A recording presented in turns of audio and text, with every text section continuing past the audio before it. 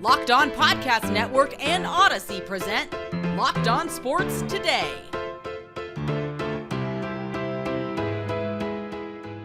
If the Titans beat the Bengals, it will be because they won not with Derrick Henry, but with the passing game. Playoff hunt or not, the Jets are making a change at quarterback. And what is going on with the New Orleans QB situation? I'm Peter Bukowski, starting your day with the can't-miss stories and biggest debates in sports. You're Locked On Sports Today. Searching all major sports. Found. Let's start with the biggest story.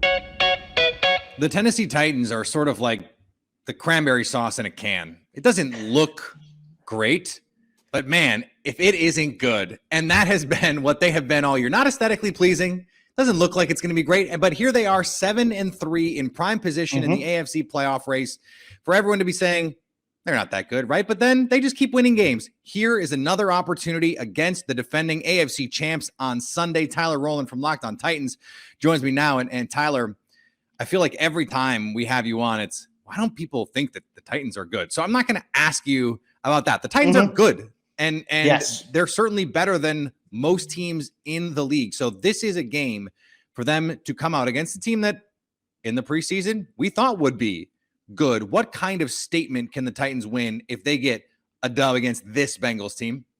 Well, I think it's not only the statement that they'll make, but how they'll have to do it. So like Green Bay, the Titans may have beaten Green Bay, won by double digits, but the Titans didn't dominate on the ground. It was their passing game that actually was impressive. And that's why kind of the vibes around the Titans are different now, because everybody's like, oh, so they do have some semblance of a passing game. Now I believe in them a little bit, where you could take that a step further. So not only is that Titans-Bengals clash going to have a lot of pop to it because it's a rematch of last year, and that was a very, I guess, let's say polarizing playoff game between the Titans and the Bengals coming out of that. And so I think there will be a lot of eyes on it. No, absolutely not. So with that said, perfect segue, Pete.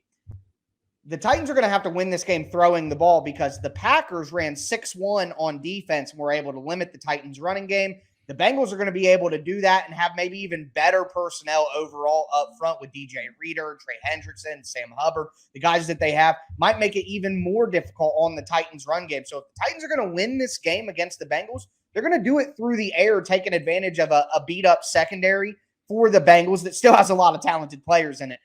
No lie, but a beat-up secondary, if the Titans can win through the air against the Bengals, I think they have a great chance to keep pace and allow their defense to make a couple of plays. And I think the Titans can ultimately win. So not only is it a big chance for the Titans to make a monster statement to the entire NFL world, but the way that they should be able to, or the way that they need to do it, if they're able to do so, will kind of make people feel even better about some of the Titans' weaknesses early on. I think defensively is another chance for them to make a statement, because this is a defense that over the last 2 months, the only team to score more than 17 points against them was the Chiefs, and the Chiefs scored 20. This defense has been unbelievable. It almost hasn't mattered who's been on the field for them with all the injuries that they've had. Jeffrey Simmons has been a little bit banged up.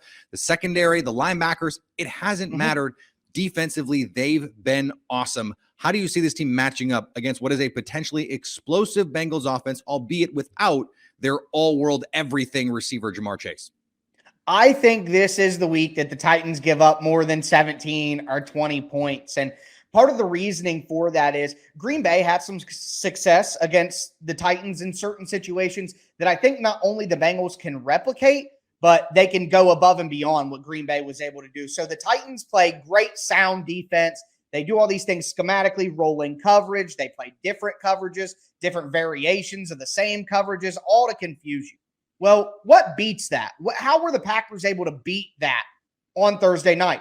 Just winning one-on-one matchups on the outside. Christian Watson wins a deep ball in the end zone. Great coverage, but Watson's just a playmaker bigger than Christian Fulton, makes a play. Alan Lazard sets up the second touchdown with a deep pass on the right sideline over Roger McCreary, who's a rookie who's 5'11". So I think the reality is, while the Titans can do all these the Titans can win the play schematically, but lose the play on the field because Cincinnati has what beats the Titans. They have playmakers on the outside that will win on the sidelines, and T. Higgins and Jamar Chase, who looks like he's going to be back for this game. And then on the other side of it, with the pass rush, the Titans' pass rush is great, but Danico Autry's probably going to be out in this game. He's their leading sacker on the year. Bud Dupree may be back, but how long will he even last? You're leaving Jeffrey Simmons out there on a bum ankle by himself without Harold Landry, who they haven't had all year. So the Titans' pass rush was able to make it really tough on Joe Burrow. But now, if that pass rush is scaled back even a little bit, Joe Burrow can do those Jedi tricks in the pocket, get away. So Joe Burrow's pocket movement and then the winners that the Bengals have on the outsides in one-on-one situations, those are the things that beat this Titans defense, even if they technically win schematically. So that's something that I'm worried about and something to watch for in this matchup. Stay up to date all year on the Tennessee Titans by subscribing to Locked On Sports Today and the Locked On Titans podcast on the Odyssey app, YouTube, or wherever you get podcasts. Robert Saleh and the New York Jets are making a big decision in the middle of a playoff race. Coming up, we look at why it might be the right one. Here's what to look for on BetOnline, your number one spot for all your gambling needs. There are a couple of very lopsided point spreads on this Sunday slate of NFL action, starting with the Miami Dolphins, who are hosting the Houston Texans. Yeah, it's tough. BetOnline has the home Dolphins favored by 13.5. If you think that's high, wait till you hear the Chiefs and Rams spread. What looked like a marquee matchup in the preseason is now a dud. Likely no Matthew Stafford, and even if he played, I don't know if this line would be that different. BetOnline has the Chiefs 14.5 point favorites over the defending Super Bowl champion. And the other lopsided game, the NFC, 49ers host the New Orleans Saints. BetOnline has this one a little closer than the others. Still, San Francisco laying 9.5. BetOnline, where the game starts. The Jets shocked the NFL world on Wednesday, announcing there would be a quarterback change. Just a few days ago, Robert Saleh said they were not committing to a quarterback. This Sunday, he confirmed that Mike White, not Zach Wilson, will be under center for the New York Jets. We're going to roll with Mike White. It's the same things we talked about when we elevated him to the second spot. It feels like three or 4 weeks ago. We know he's fully capable. He's started in this league. He's won games for us, and we just want to give him an opportunity. Zach's career here is not over. I know that's going to be the narrative. I know that's what everybody wants to shout out, and that's not even close to the case. The intent, the full intent, is to make sure Zach gets back on the football field at some point this year. When that is, I'll make that decision. I'm going to take it day to day. Locked On Jets host John Butchko looks at how different things might be with Mike White under center. He's been doing shows all week about the speculation that Zach Wilson might be benched. Now we know Zach Wilson has been benched. So joining me from Locked On Jets, John Butchko. And John, I guess the part of this that is most surprising to me is immediately saying this is Mike White's job. What part of this sticks out to you? The timing, the decision from Robert Saleh, the questions about accountability. What is the part of this story that is most interesting to you? I was surprised the Jets made the move. It seemed to me like this was going to be a situation where maybe Zach Wilson's job was in jeopardy, but it felt to me after Sunday's game against New England, Zach Wilson played very poorly. There were some post-game comments he made about he did not feel like he let the defense down, even though the Jets only scored 3 points and their defense only allowed 3 points. Wilson said that he didn't feel like he was letting the defense. He did not feel like he had let the defense down. There were all kinds of reports about how that did not go over well in the locker room. In fact, you had multiple defensive players. Two guys, John Franklin Myers and Sauce Gardner, both liked tweets that criticized Zach Wilson for that comment. And then after that, both of them said, "I didn't mean to tweet that. It was an accident." What a coincidence that was. I kind of viewed so on Monday, Robert Saleh indicated that he wasn't sure who was going to start at quarterback. I kind of viewed that as a warning shot to Zach Wilson. I felt like it was one of those things where he was kind of saying, if you keep this up, your job's going to be in jeopardy. And if he played a poor first half on Sunday against Chicago, then I could see them making a move at halftime. I was a bit surprised though that they actually did it at this point. I'm not saying it's necessarily the wrong move. I just was not expecting it. What do you think does change with this quarterback move? Because Zach Wilson has been, by pick a metric, one of the worst quarterbacks in the league. How much of an upgrade could Mike White be, and how does that change the Jets for the rest of the season? It's tough to say. Now, Mike White played a spectacular game last year against the Bengals. He threw for 405 yards. He actually followed that up with a good first quarter. The Jets played the next Thursday night at Indianapolis, and White got injured. He had a hand injury in that game, so he missed the last 3 quarters of that game. The next week, he came out against Buffalo and threw 4 interceptions against him. But it was against an excellent Bills defense. The thing is, I just don't know what the answer is for the Jets at the quarterback position. I personally viewed it as that you had equal odds of getting a good game, whether it was Zach Wilson, whether it was Joe Flacco, whether it was Mike White. Now, I think Mike White can get the ball out quicker, and the Jets are kind of playing a patchwork offensive line. So Mike White's pretty decisive with his reads. He doesn't have a big arm, though, so he can't really stretch the field. The Jets have not really done much in the way of big play passing. But I got to be honest with you, Peter. I'm not sure Mike White's going to be the starter of the rest of the season. I think it could be a situation where you have guys rotating in and out. Joe Flacco may be in the mix. And Robert Saleh did say that they're doing this as much as anything because they want to get Zach Wilson's head straight, because right now his confidence level is low. So we could see Zach Wilson again before the end of the year.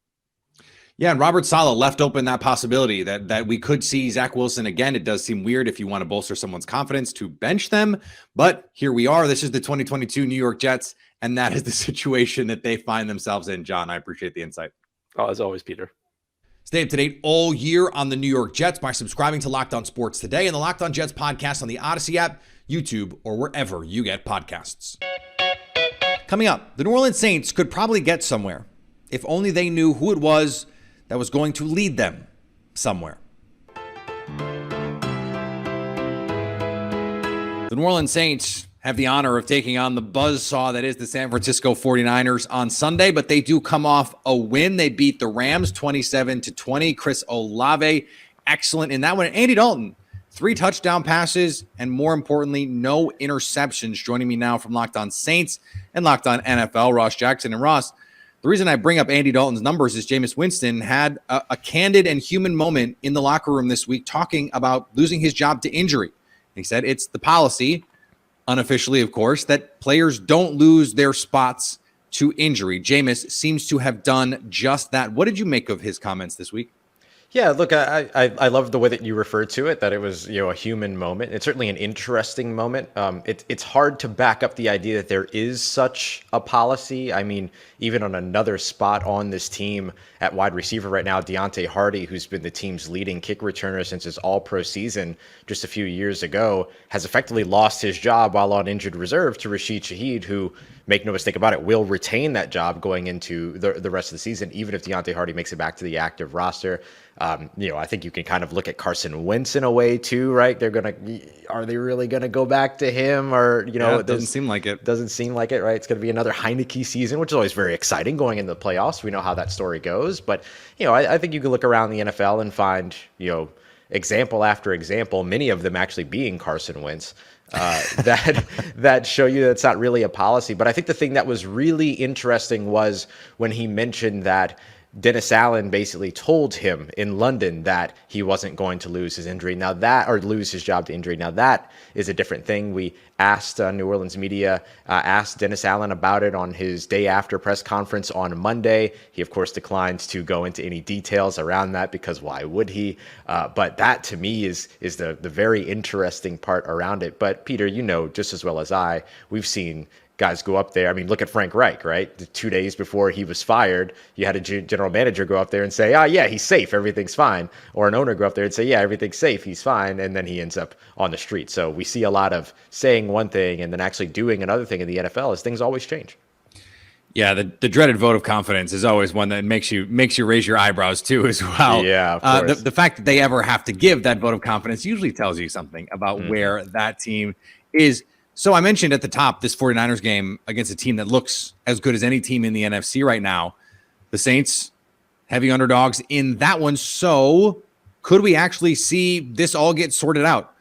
The Saints go up, they do not play great, or they get beat. And then, hey, look, it's time for Jameis Winston to get a shot again. Could this all just get sorted out by circumstance? It's possible. Certainly want to never say never here. But look, Andy Dalton struggled big time against the Baltimore Ravens, and then again in Pittsburgh against the Pittsburgh Steelers. And then the coaching staff went back to the drawing board and basically said that they believe that the issues are elsewhere around the team, not just at quarterback. Not to say that there aren't issues at quarterback, but that there were issues elsewhere that seemed to be a little bit more of the driving factor. So they could very well look at that again. I mean, we saw the way that this San Francisco team looked against the Arizona Cardinals on Monday Night Football. We've seen the way that the New Orleans Saints have looked throughout the season.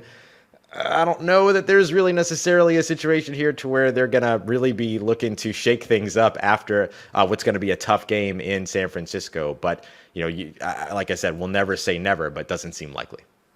How does this shape? I know it's a little early to be talking about draft, but how does the rest of the season, do you think, shape the way that this team that has been habitually and consistently all in the last 5 to 6 to 8 seasons, how do you think it shapes the way that they could potentially approach this offseason? Well, I think the biggest offseason impact that the Saints record is going to have by the end of it is, do the rich get richer and the Philadelphia Eagles end up with a top 5 or top 10 draft selection, right? Like, none of us want to see that happen covering NFC teams. But, for the Saints, I think it's going to be business as usual for them. They'll go in, they'll restructure. They've got about $50+ million that they can free up without touching any of the aging veterans.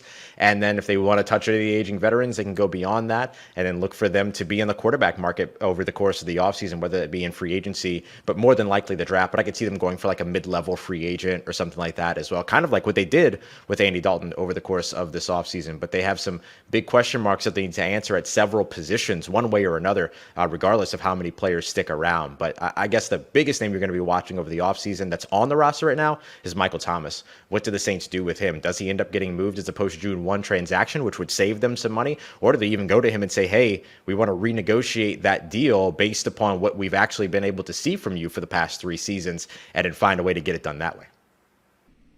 Stay up to date all year on the New Orleans Saints by subscribing to the Locked On Sports Today and the Locked On Saints podcasts on the Odyssey app, YouTube, or wherever you get podcasts. And finally, Taylor Heinicke is savoring every moment.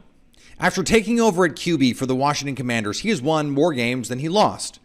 And he's an awesome way of commemorating those wins. Heinicke will purchase a pair of Jordans in the colors of the teams that he defeats. The trend started with the win over the Green Bay Packers and continued with Indianapolis and Philadelphia. And he doesn't stop there. After the Commanders beat the Texans last week, he decided to include another position group in the fun. Heinicke said the tight ends will be getting sneakers this week. The way we've been running the ball in the last 5-6 weeks, they're just as big a part of this as the offensive line. And to have 2 rookies out there laying their body out, they deserve something. So those guys will be getting some sneakers. The Commanders face the Falcons this Sunday, and I cannot imagine it will be very difficult to find red and black Jordans. Taylor, can I get a pair? I'll send you my address. It'll be fine. We'll talk about it offline. Thanks for making Locked On Sports Today your first listen. Now go find your favorite team's Locked On podcast and make them your second listen. Coming up on Monday's show, will we have a clearer playoff picture in the NFL? God, it seems like no. So at least until tomorrow, stay Locked On Sports Today. Locked On Podcast Network and Odyssey present Locked On Sports Today. For more episodes of Locked On Sports Today, go to our video on demand. Click on Sports at the top of your screen. There, you'll find past episodes of Locked On Sports Today, plus other Locked On shows on demand.